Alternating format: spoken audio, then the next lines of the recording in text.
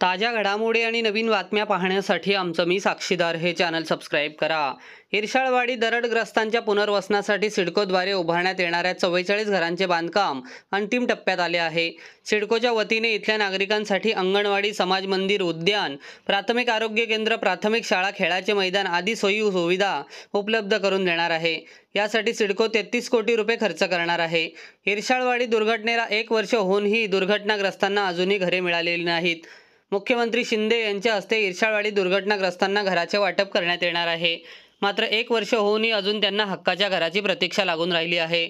नव्या इर्शाळवाडीमध्ये घरे मोठी असली तरी घरातील मृत झालेल्या माणसांची उणीव कायम घर करून राहील अशीच भावना इर्शाळवाडी वासियांमध्ये व्यक्त होत आहे।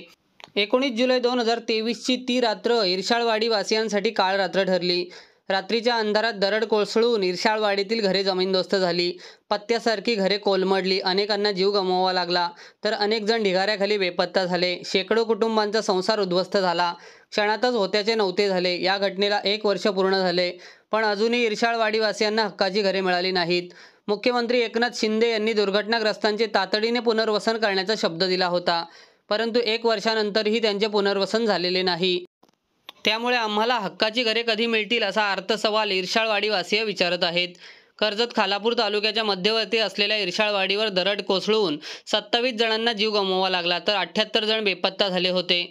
19 जुलैची ती काळ रात्र जणू वाडीतल्या आदिवासी बांधवांचे जीवन अंधारमय केलं होतं।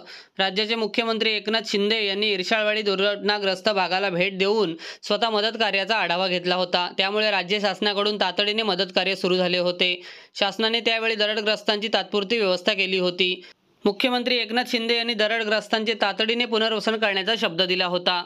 सिडकोच्या माध्यमातून राज्य सरकारने कामही सुरू केले, परंतु 1 वर्ष पूर्ण होऊन देखील येथील दरडग्रस्त आपल्या निवाऱ्यासाठी उपेक्षितच आहेत। त्यामुळे आम्हाला हक्काची घरं कधी मिळतील असा अर्थसवाल आता इर्शाळवाडीवासीय करीत आहेत।